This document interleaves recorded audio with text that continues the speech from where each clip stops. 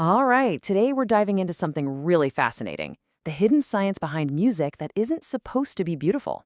Nope. This stuff is engineered with one goal and one goal only, to be deeply, fundamentally unsettling. Let's get into how they do it.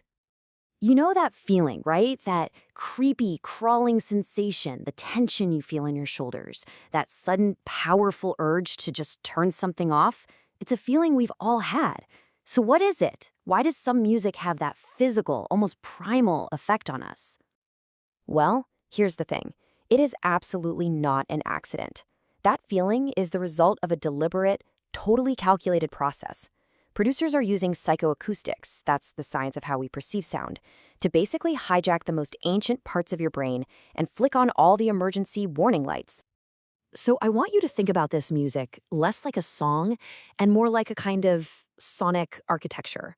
The artists are like twisted engineers, building entire soundscapes designed from the ground up to create tension, anguish, even disgust. It's truly a laboratory for creating terror. So, what's in their toolbox? Oh, they've got a whole arsenal.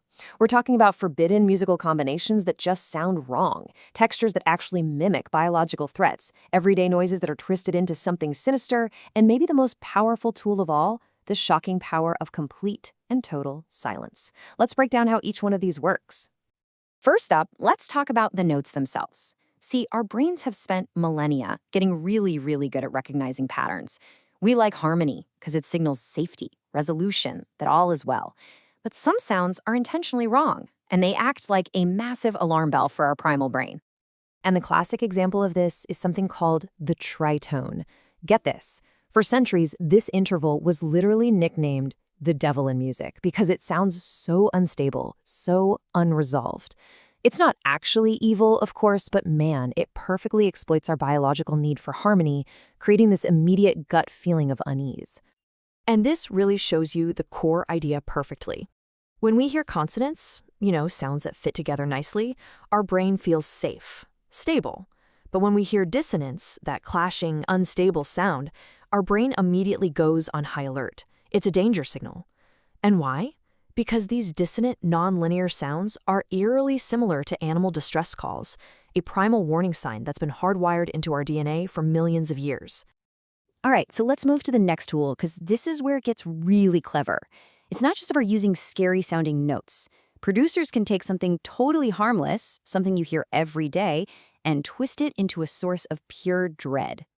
This quote just nails it. The key here is context acting as an alchemical agent. What that means is the sound itself isn't the weapon. It's the absence of its normal context, that is. You take a familiar sound out of its safe environment and drop it into a hostile one, and suddenly, it's terrifying. I mean, just look at this list. Rain is usually soothing, right? A child crying is a call for help. The hum of a machine is just normal. But when you isolate these sounds, distort them, and place them inside a threatening musical landscape, they become something else entirely. They become these little signals of some unseen, lurking threat. Okay, so we've got dissonant notes, and we've got weaponized sounds. But what about the most counterintuitive weapon in the entire arsenal? Nothing. The complete and total absence of sound. See, silence in this world isn't passive. It's an active assault. First, you've got the dropout. Bam! A sudden jarring cut to everything that leaves you feeling exposed and vulnerable. Then there's amplifying the noise floor, that low hiss of static that makes the silence feel heavy, oppressive. And finally, you have the void, using that negative space to build unbearable tension, so that the next sound hits with maximum psychological shock. So, as you can see, these aren't just a bunch of random tricks. Artists are using these tools to build entire sonic stories. They are truly architects of aggression, creating what you could almost call a cinema for the ears. And here you can actually see how these different architects build their structures of fear. You've got someone like Scarlex who uses the super distorted bass and industrial noise to create a feeling of actual physical repulsion, or Ghostaman who blends trap and metal to just completely overwhelm you. And then you have artists like Clipping and Hom909, who are like movie directors, using cinematic sampling and field recordings to build these incredibly complex, terrifying stories entirely through sound. And all of this brings us to a really fascinating final question. one that researchers and these artists are constantly poking at.